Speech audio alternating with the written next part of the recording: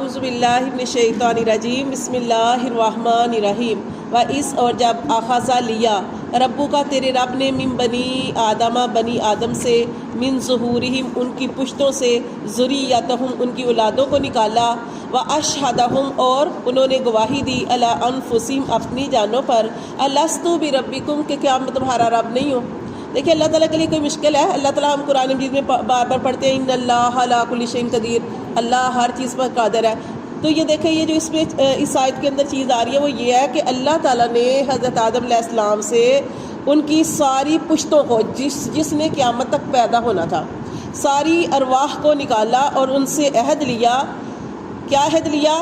الستُ بربکم کیا میں تمہارا رب نہیں ہوں؟ تو سارے ہی اللہ سے عہد کر کے آئے تھے کہ اللہ تو ہی ہمارا رب ہے۔ اسی لیے نبی پاک صلی اللہ علیہ وسلم نے ارشاد فرمایا کہ ہر بچہ فطرت میں پیدا ہوتا ہے، ہم سارے مسلمان ہیں، اللہ سے عہد کر کے آئے ہوئے ہیں، اور وہی عہد کو یاد کرانے کے لیے اللہ نے کتابیں بھیجی اور اللہ نے رسول بھی بھیجے۔ ہم سارے عہد کر کے آئے ہوئے ہیں۔ کیا الستُ بربکم کہ کیا میں تمہارا رب نہیں ہوں؟ قالو تو سب روحوں نے کہا، سب نے کہا بلا کیوں نہیں۔ اب جو کوئی ہندو بن جاتے ہیں، کوئی یہودی کوئی عیسائی بن جاتے ہیں تو وہ تو پھر جیسے ماں باپ ہے وہ بنا دیتے ہیں، ماحول بنا دیتا ہے۔ جیسے ہم مسلمان پیدا ہوتے ہیں تو ہم کسی نعوذ باللہ کسی اور گھرانے میں پیدا ہوتے ہیں تو ہم بھی وہی ہوتے ہیں نا۔ تو اس لیے یہ اللہ تعالیٰ کا کرم ہے کہ اللہ تعالیٰ نے ہمیں مسلمان گھرانے میں پیدا کیا ہے۔ تو ہم سارے جو ہے اللہ سے عہد کر کے آئے ہیں۔ کالو انہوں نے سب نے کہا روحوں نے بلا کیوں نہیں، شاہدنا ہم گواہی دیتے ہیں، اپنے اوپر گواہی دی۔ کیا گواہی دی کہ اللہ ہی ہمارا رب ہے۔ قالو وہ کہنے لگے بلا کیوں نہیں شاہدنا ہم گواہی دیتے ہیں اس بات کی۔ اللہ تعالیٰ فرماتے ہیں یہ اللہ نے کیوں کیا؟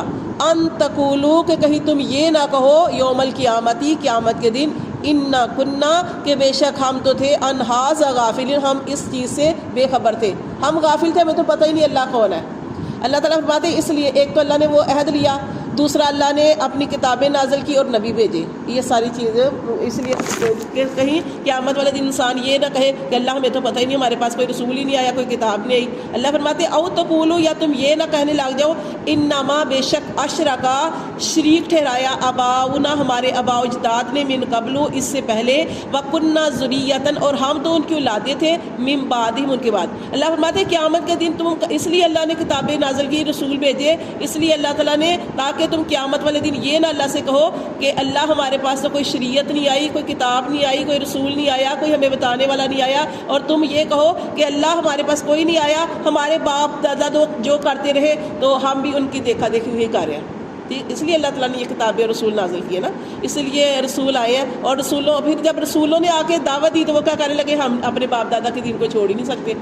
تو اللہ تعالیٰ فرماتے ہیں یہ ہم نے اس لیے کیا کہ کہیں قیامت والے دن تم یہ نہ کہو کہ شریک ٹھہرایا تھا ہمارے آباء و اجداد نے من قبل اس سے پہلے وکننا ذریۃ اور ہم تو ان کی اولادیں تھے من بعدہم ان کے بعد افتہلکونا تو وہ کیا اس وقت کہیں گے کہ اللہ کیا تو ہلاک کرے گا ہمیں بما اس پر فعل المبطلون جو کیا ہم میں سے گمراہوں نے، یعنی جو ہمارے بڑے غلط کام کرتے رہے تو اللہ ان کے کیے پہ ہمیں پکڑے گا۔ تو اللہ فرماتے ہیں اس لیے میں نے ہر امت کے لیے نبی بھیجے ہیں۔